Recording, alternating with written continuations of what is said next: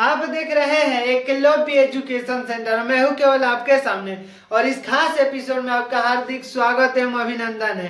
तो आज का हमारा खास एपिसोड इसलिए है कि इस एपिसोड में और पिछले एपिसोड में हम लोगों ने बातें की है एलसीएम और एचसीएफ का, मतलब एसएससी जीडी के लिए जो आरडब्ल्यूए की मैथ की जो किताबें आ रही है, यानी आरडब्ल्यूए पब्लिकेशन की जो मैथ की किताबें आ रही है एसएससी जीडी के लिए, उसी किताब से हम लोग प्रश्नों को हल करने की कोशिश कर रहे हैं। और हमारा जो चैप्टर है वो है एलसीएम एंड एचसीएफ का, और उस कड़ी में हम पहुंच चुके हैं 10 नंबर प्रश्न तक। यानी पिछले एपिसोड में हम लोगों ने 9 तक बातें कर चुके हैं, यानी 9 तक तो प्रश्नों को हल कर चुके हैं। और इस एपिसोड में हम बातें करेंगे 10 नंबर क्वेश्चंस की और इसके आगे के प्रश्नों को।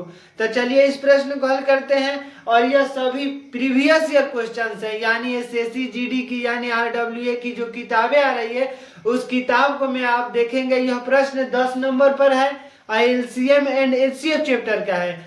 अगर आपके पास किताब नहीं है तो आरडब्ल्यूए का जो ऐप आता है उसको आप डाउनलोड करिए, और उसी में एक बुक का ऑप्शन है, उसमें अगर आप क्लिक करेंगे और उसके पीडीएफ में देखेंगे और एलसीएम एंड एचसीएफ जो चैप्टर देखेंगे तो उस चैप्टर का यह 10 नंबर क्वेश्चन है। तो चलिए इस प्रश्न को हल करते हैं। और यहाँ पर हम आरडब्ल्यूए लिख भी दिए हैं कि ताकि आपको यह समझने में आसानी होगी कि यह जो प्रश्न है यह प्रश्न आरडब्ल्यूए से जुड़ा है, यानी आरडब्ल्यूए की जो एसएससी जीडी की जो किताबें आ रही है मैथ की उस किताब में यह प्रश्न है। और यह प्रश्न नंबर 10 नंबर है, यानी प्रश्न 10वां है यह।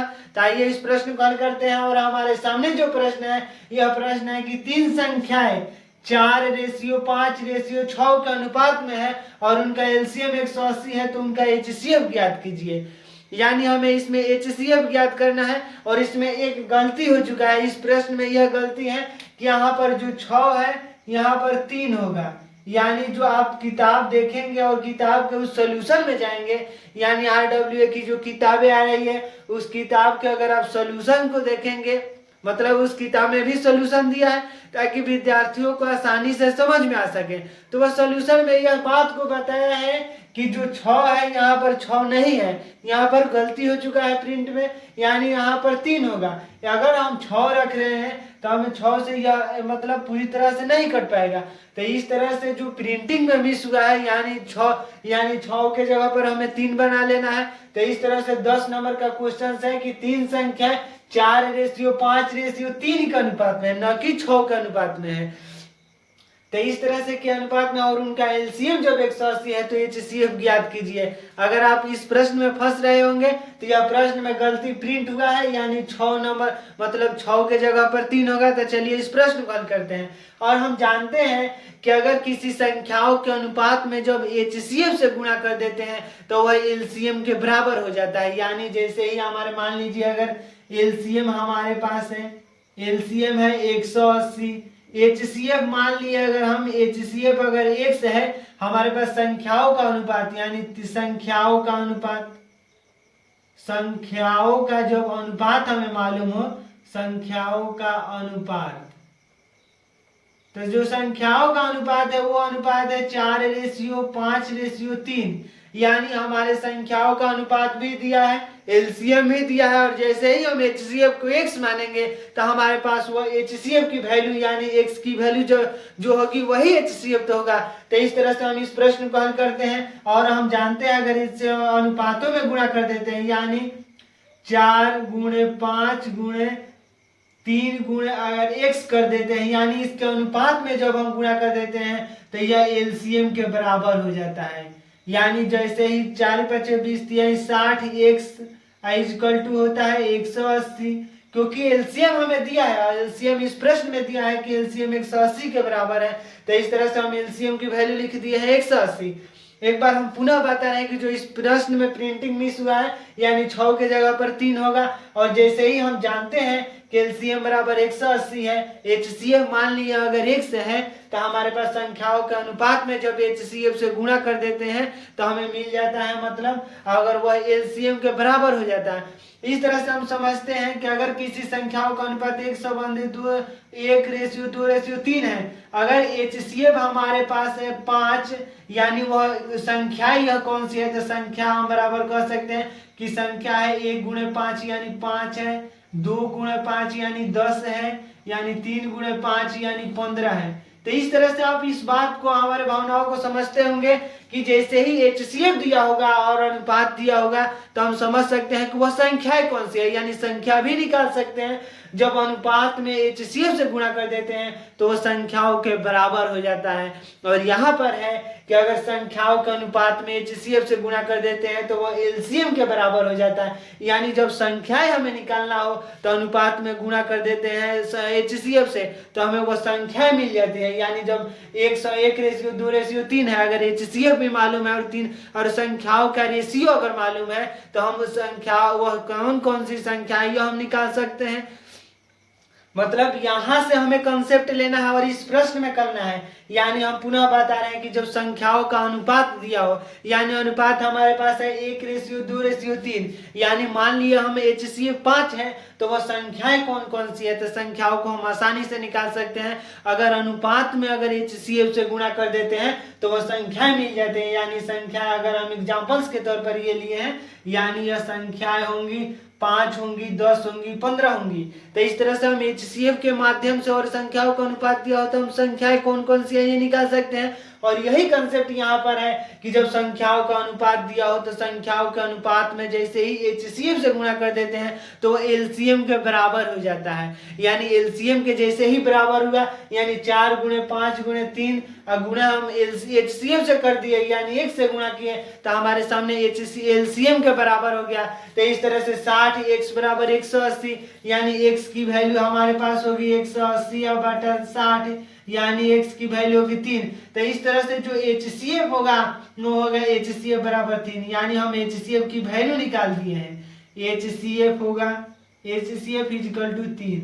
यानी जो यह प्रश्न कह रहा है कि हमें HCF निकालना है, यहाँ पर हम एग्जांपल्स के लिए अगर संख्याओं का अनुपात दिया हो और संख्याओं के अनुपात में जब HCF से हम गुणा कर देते हैं तो हमारे सामने वो संख्याएं कौन कौन सी है यह मिल जाता है। और उसी क्रम में जब हम ऐसे बातें करते हैं, जब हमारे सामने LCM हो और HCF मान लिया अगर X है तो संख्याओं का जब अनुपात दिया है तो हम संख्याओं को मतलब वो HCF निकाल सकते हैं। जैसे ही हम संख्याओं के अनुपात में अगर HCF से गुणा किए तो हमारे सामने LCM, उसके मतलब जो वैल्यू होंगे वो LCM के बराबर हो जाएंगे।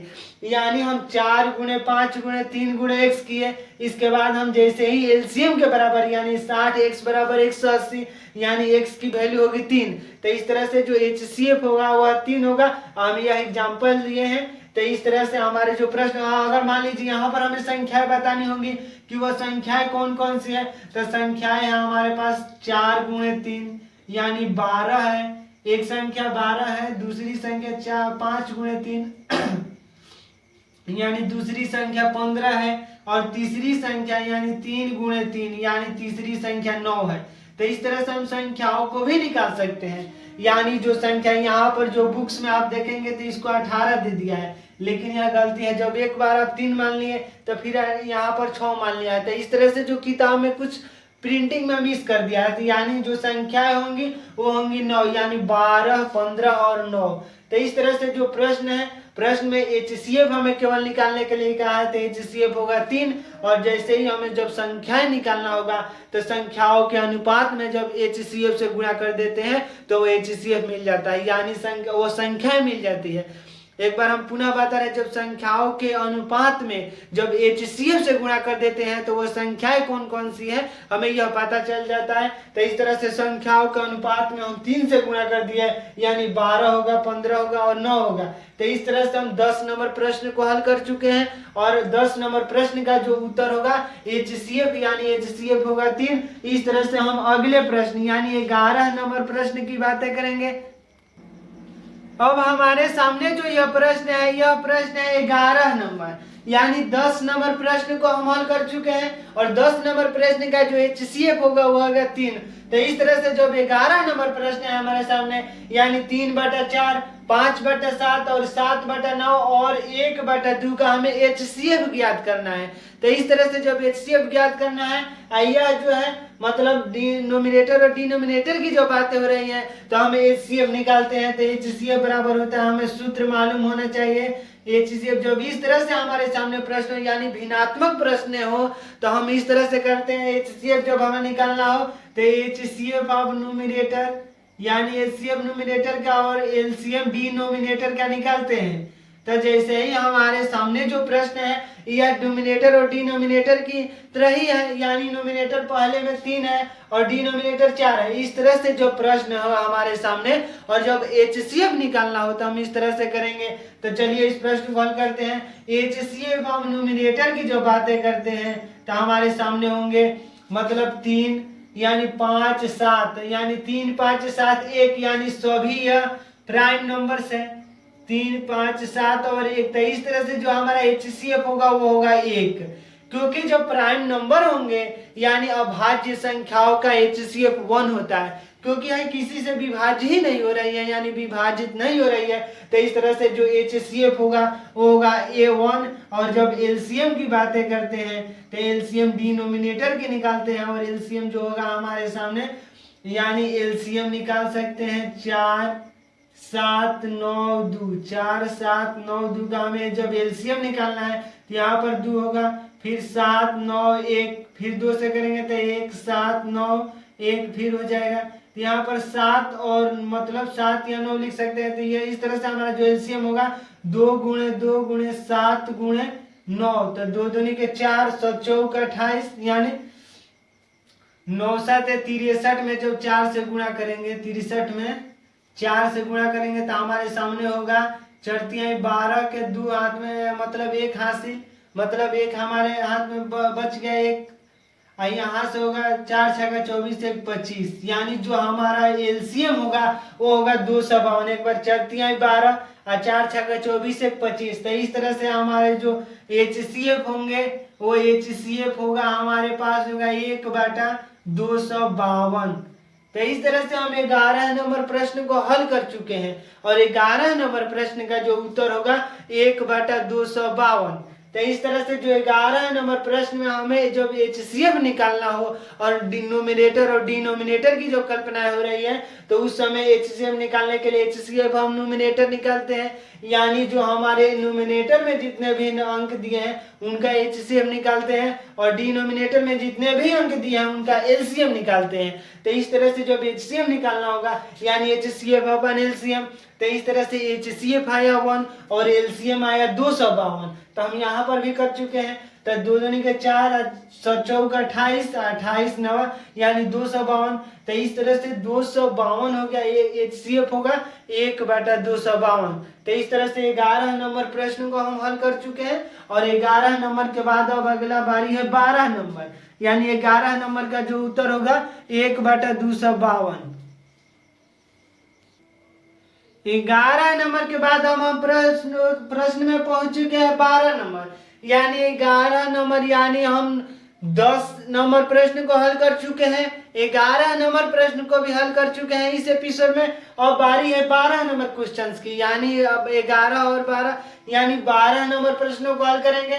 और हमारे सामने जो यह प्रश्न है यह कह रहा है कि उन संख्याओं का गुणनफल ज्ञात कीजिए, यानी जो संख्या यानी उन संख्याओं का गुणनफल ज्ञात कीजिए जिनके HCF और LCM क्रमशः 8 और 40 है। यानी हमारे सामने कोई संख्याएं है, 2 संख्याएं हैं, उनका हमें गुणनफल ज्ञात करना है। अगर LCM और HCF हमारे सामने मालूम है तो हम गुणनफल उन संख्याओं का मान लिया, हम पहली संख्या उन संख्याओं का यानी 2 संख्या होंगी तभी तो हम गुणनफल की बातें करेंगे, यानी 2 संख्याओं से अधिक हो सकता है यानी 2 संख्याएं ही हो सकती है। तो हम सबसे पहले कम से कम कल्पनाएं करें, यानी 2 संख्याओं का जब गुणनफल मालूम करते हैं तो मान लीजिए पहली संख्या होगी, पहली संख्या मान लीजिए अगर x है, 2 संख्याओं यानी उन संख्याओं का गुणनफल हमें मालूम करना है जिनका LCM और HCF दिया है, यानी हम कम से कम 2 संख्या होंगी तभी तो किसी संख्याओं का गुणनफल होगा। मान लीजिए अगर x मान लिए तो यह x का किसका साथ गुणनफल हो रहा है यह तो हमें नहीं मालूम मिल रहा है।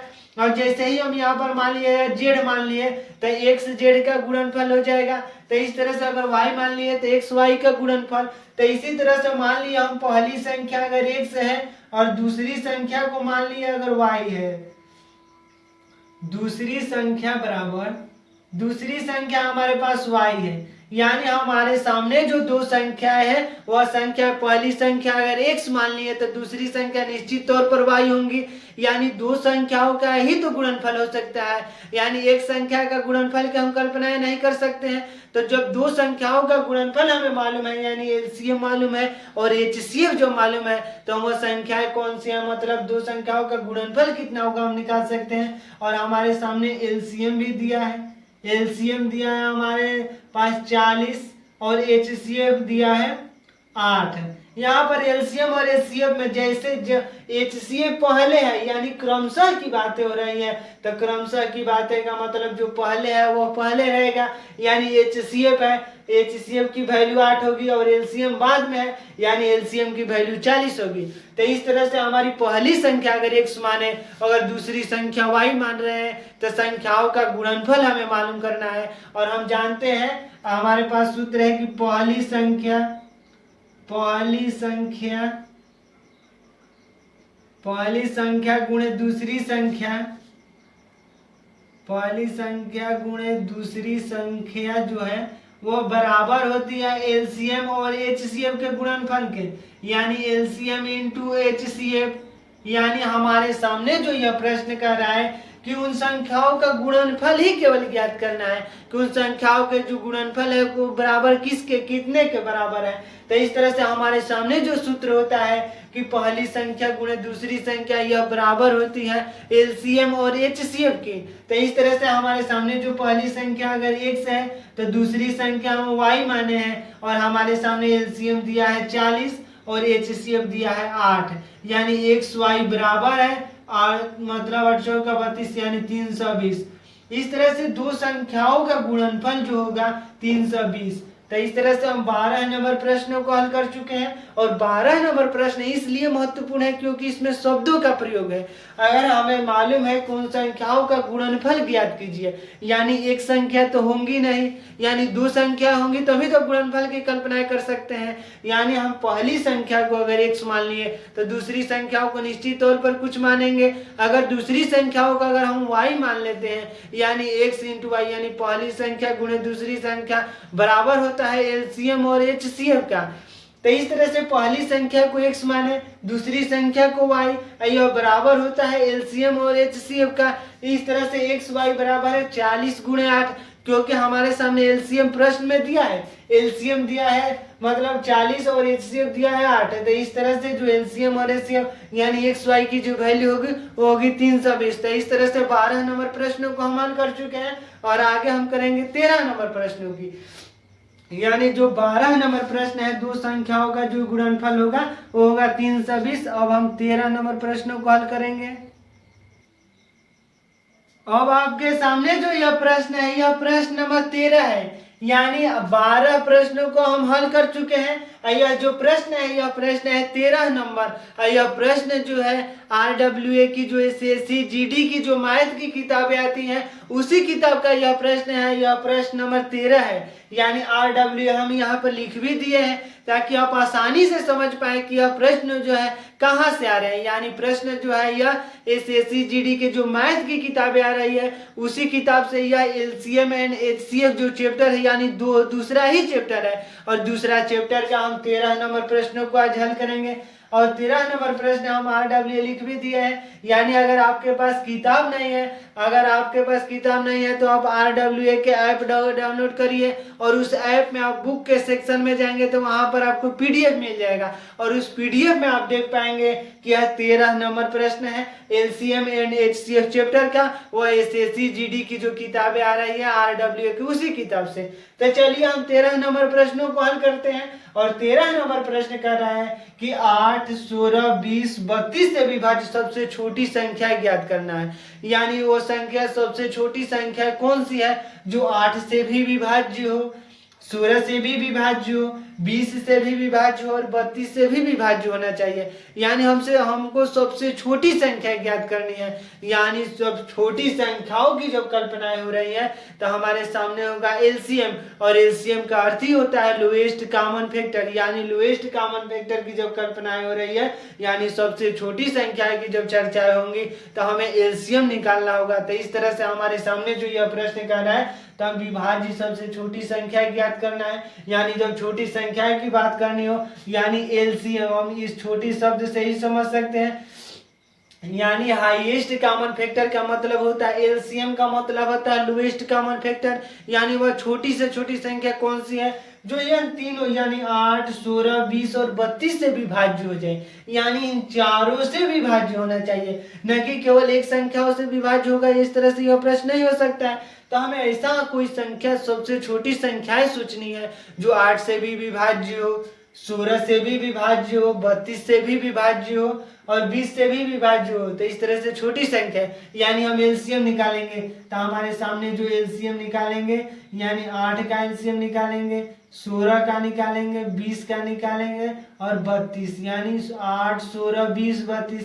तो जैसे 2 से यानी 4, 8, 10, 16। तो फिर 2 से करेंगे तो यहाँ पर होगा 2, 4, 5, 8। फिर 2 से करेंगे तो होगा 1, 2, 5, 4।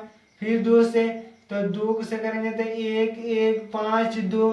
तो इस तरह से हमारे सामने फिर 2 से, तो यानी 1, 1, 5, 1। यानी जो हमारे सामने सबसे छोटी संख्या होंगी, यानी 2 दूनी के 4, 4 दूनी का 8, 8 दूनी का 16, 16 दूनी का 32 और 32 पाँचे, यानी 32 पाँचे 160। हम इस तरह से भी कर सकते हैं। 5 दूनी का 10, 1 अपंती है 15, 1, 16, यानी 160। यानी सबसे छोटी संख्या जो होंगी, यानी सबसे छोटी संख्या जो होंगी, सबसे छोटी संख्या बराबर होंगी 160 का। इस तरह से हम 13 नंबर यानी प्रश्न को हल कर चुके हैं। और 13 नंबर प्रश्न कह रहा है कि 8, 16, 20 और 32 से विभाज्य सबसे छोटी संख्याएं हमें ज्ञात करना है। जब छोटी संख्याएं ज्ञात करना है और इन सभी से विभाज्य होना चाहिए, यानी 8 से भी विभाज्य हो, 16 से भी विभाज्य हो, 20 से भी विभाज्य होना चाहिए और 32 से भी जो विभाज्य होनी चाहिए, तो हम एलसीएम निकालते हैं। यानी एलसीएम से ही तो हमें लोएस्ट कॉमन फैक्टर, यानी एलसीएम का अर्थ ही है लोएस्ट कॉमन फैक्टर। तो इस तरह से जब एलसीएम निकालेंगे तो एलसीएम होगा 160। तो इस तरह से 13 नंबर जो प्रश्न है, 13 नंबर प्रश्न का जो उत्तर होगा वो होगा 160। यानी सबसे छोटी संख्या 160 ही होंगी जो 8 से भी विभाज्य होंगी, 16 से भी विभाज्य होंगी, 20 से भी विभाज्य हो रही है यह 160 और 32 से भी विभाज्य हो सकती है। यानी 32 गुणे 5 तो हम लिख ही दिए हैं। तो इस तरह से हमारे जो 13 नंबर प्रश्न का उत्तर होगा वो होगा 160। यानी सबसे छोटी संख्या होंगी वो होंगी 160। अब हम बातें करेंगे 14 नंबर प्रश्न की। अब हमारे सामने जो यह प्रश्न है, यह प्रश्न नंबर 14 है। यानी इस एपिसोड में हम लोग बातें कर चुके हैं, यानी प्रश्नों को हल कर चुके हैं। 10 नंबर प्रश्नों को हल कर चुके हैं, 11 नंबर प्रश्नों को भी हल कर चुके हैं और 12, 13, यानी जो हमारे सामने जो यह प्रश्न है, यह प्रश्न नंबर 14 है। यानी यह प्रश्न जो है यह 14 नंबर प्रश्न है। यह RWA की किताब से ही है प्रश्न। यानी SSC GD 2023 के जो परीक्षाएं हुए थे, यानी जो 2023 में जो SSC GD की जो परीक्षाएं हुई थी उसमें यह प्रश्न आया था। यानी RWA की जो किताबें कह रही है कि यह प्रश्न आया था 2023 में। तो इस तरह से आइए इस प्रश्न को हल करते हैं और हमारी संभावनाएं हैं कि 2024 में ऐसे ही प्रश्न आ सकते हैं। तो आइए इस प्रश्न को, यह प्रश्न कह रहा है कि 1020, 850 और 1156 का हमें HCF ज्ञात करना है। यानी 10 मतलब 1020, 850 और 1156 का जब HCF ज्ञात करना हो तो आइए HCF ज्ञात करते हैं। तो HCF हम एकदम लेवल की, मतलब एक एक पॉइंट की हम चर्चाएं करेंगे ताकि किसी प्रकार की कोई समस्या ना हो। अगर किसी को LCM केवल आता हो तो वह आसानी से HCF भी निकाल सकता है। तो इस तरह से जब हम निकालेंगे HCF निकालेंगे तो 10, 20 यानी 1020, यानी 2 से करेंगे तो हमें 510, यानी 1020 का जो आधा करेंगे तो 510 ही तो होगा। यानी 500 दूनी का 1000 और 10 दूनी का 20। यानी इसके बाद हम करेंगे यानी 260, यानी 255, यानी 2.5 दूनी का 500 और 5 दूनी का 10, यानी 255। इसके बाद 5 2 7 7 5 12, यानी 3 से कटेगा तो इस तरह से 70 का 21 हो जाएगा। यहाँ पर बचेगा 4, यानी 9 5 45। तो इस तरह से हम 79 गुणे 3 करेंगे तो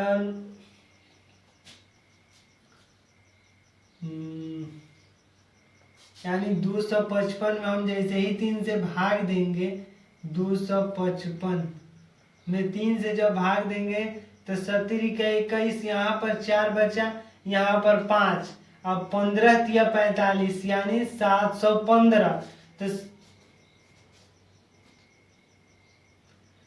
यानी जब 5 2 5 7 7 5 12, यानी 255 में जब हम 3 से करेंगे, 3 से नहीं 5 से होगा, क्योंकि हम थोड़ा सा घबरा गए इस प्रश्न में।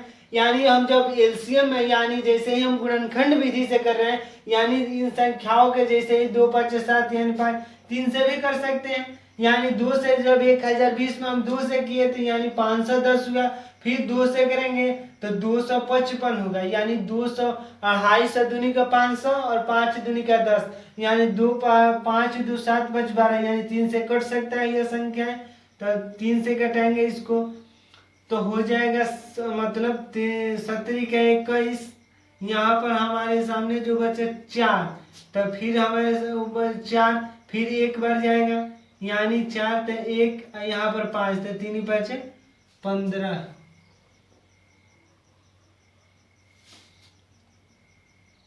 इस तरह से जो हमारे सामने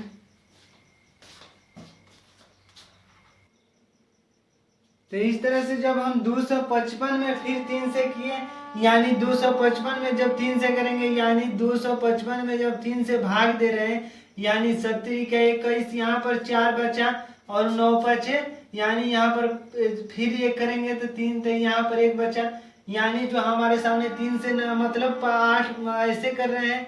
255 में जब हम 3 से कर रहे हैं तो यहाँ पर 8 3 का 24, 1 फिर 3 बचे 15, यानी यहाँ पूरी तरह से 85 टाइम्स में कट रहा है, यानी यहाँ पर 85 हो जाएगा। तो इस तरह से फिर हम करेंगे 5 से, तो यहाँ पर 17, फिर 17 एक प्राइम नंबर है तो यहाँ पर 1, यानी इस तरह से हो गया। फिर हम करेंगे 850 का गुणनखंड विधि से हम एलसीएम मतलब एचसीएम निकालने की कोशिश कर रहे हैं, क्योंकि इस तरह से आसानी से निकाल सकते हैं। फिर 2 से करेंगे तो 425, फिर यहाँ पर 5 है, 4 2 6 बचेगा, 3 से नहीं कटेगा तो हम 5 से करेंगे तो 8 5 40, यहाँ पर 25, यानी 5 का 50 25, इस तरह से हो गया। फिर 5 से करेंगे तो 17 5 85, फिर 17 से करेंगे तो 1। अब हमारे सामने है 1156, यानी 1156 का जब हम करेंगे, 1156 का जो 2 से करेंगे तो यहाँ पर 5 दूनी का 10, 1 बचेगा, 2 7 का 14, 1 बचेगा, 2 8 16, यानी 578।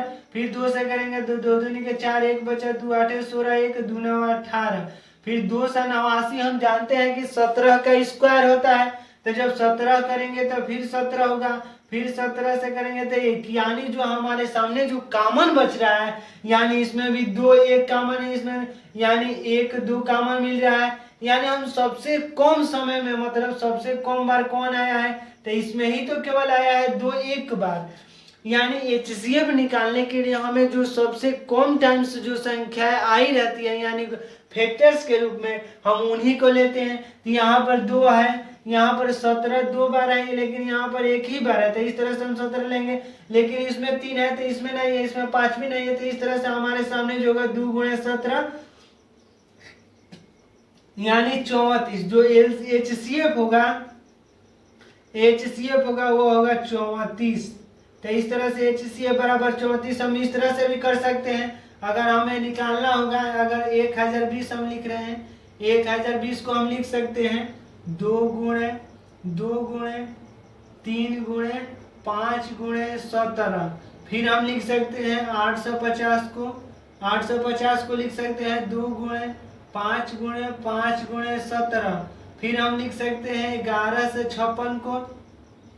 मतलब हम आसानी से बता रहे हैं, अगर यहाँ से भी आप करना चाहेंगे एचसीएफ निकालना, तो इस 34 ही आएगा, क्योंकि हम HCF में निकालते हैं कि कोई संख्याओं का जो मतलब फैक्टर्स है वो सबसे कम बार मतलब यानी दो मतलब सबसे कम बार कौन मतलब किस में आया था, दो एक ही बार आया है तो हम इसलिए दो को एक बार लिख दिए हैं, और कॉमन दो सब में मिल रहा है तो दो एक बार सबसे कम बार एक बार मतलब 850 में एक ही टाइम से आया है तो हम दो लिख दिए। फिर हम जोड़ेंगे कि यहाँ पर 5, यहाँ पर खोजेंगे कि 5 मतलब 3 कॉमन मिल रहा है कि नहीं मिल रहा है।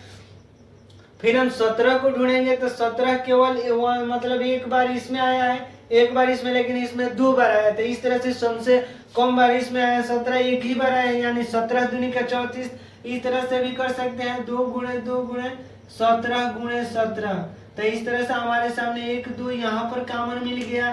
फिर हमारे सामने 2 कॉमन नहीं मिल रहा है, केवल 17 ही मिल रहा है। तो इस तरह से जो हमारा 2 गुणे 17 ही होगा, इसके बाद कोई कॉमन ही नहीं मिल रहा है तीनों संख्याओं में। तो इस तरह से 17 दूनी का 34। और हम कर चुके हैं 14 नंबर प्रश्नों को हल कर चुके हैं। अब हम करेंगे 15 नंबर प्रश्नों को हल, और 14 नंबर प्रश्न का जो उत्तर होगा यानी HCF होगा वो होगा 34। तो इस तरह से 15 नंबर प्रश्न करेंगे।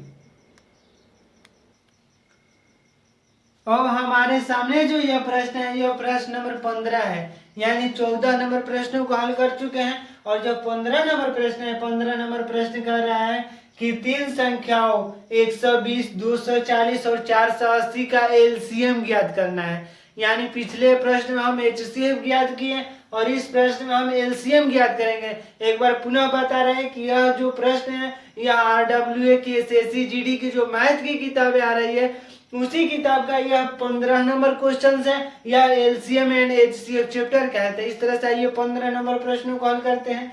LCM निकालना है यानी लोएस्ट कॉमन फैक्टर निकालना है। तो LCM हम आसानी से निकाल सकते हैं इन संख्याओं का। तो LCM जब निकालेंगे तो 120, 240 और इसके बाद है 480। जब 2 से करेंगे तो यहाँ पर 60 हो जाएगा, यहाँ पर हो जाएगा 120, यहाँ पर हो जाएगा 240। फिर 2 से करेंगे तो यहाँ पर हो जाएगा 30, यहाँ पर 60, यहाँ पर हो जाएगा 120। फिर 2 से करेंगे यानी 15, यहाँ 30, यहाँ हो जाएगा 60। फिर 2 से करेंगे तो फिर हो जाएगा हमारे सामने 15, यहाँ पर 15, यहाँ पर 30। यहाँ पर LCM हम आसानी से निकाल सकते हैं क्योंकि यह प्रश्न कोई मतलब उतना कठिन नहीं है। तो इस तरह से 15 हो जाएगा, यहाँ पर 15, फिर 15, तो फिर 3 से करेंगे तो यहाँ पर 5, 5 और 5, फिर हम 5 से करेंगे तो ऐसे। तो अब LCM की बातें करते हैं तो LCM होगा 2 दूनी का 4, 4 दूनी का 8, 8 दूनी का 16, 16 दूनी का 32 और 32 गुणे 15। 32 गुणे 15 यानी 32 में जैसे ही हम 15 से गुणा कर देंगे तो हमारे सामने LCM मिल जाएगा। यानी 2 5 10 1, अब 15 1 16 यानी 160 और 2 और 3 यानी हमारा जो LCM होगा यानी 2 8 1 4 यानी 480। तो इस तरह से 480 LCM होगा। हम 15 नंबर प्रश्नों को हल कर चुके हैं। 15 नंबर प्रश्न में कोई खास नहीं, हमें केवल LCM ज्ञात करना है। तो LCM ज्ञात कर दिए हैं, LCM होगा 480। तो आज के इस एपिसोड में हम लोग बातें किए 10 नंबर प्रश्न की, 11, 12 और 14, 15 तक प्रश्नों को हल कर चुके हैं। यह सभी प्रश्न आपको SSC GD की जो RWA की मैथ की किताबें आती है उसमें यह प्रश्न मिल जाएंगे। तो आज के इस खास एपिसोड में बस इतना ही। अगर आप हमारे चैनल पर नए हैं तो हमारे चैनल को कर दीजिए सब्सक्राइब ताकि हमारा वीडियो सबसे पहले आपके पास पहुंचे। तो धन्यवाद, थैंक यू।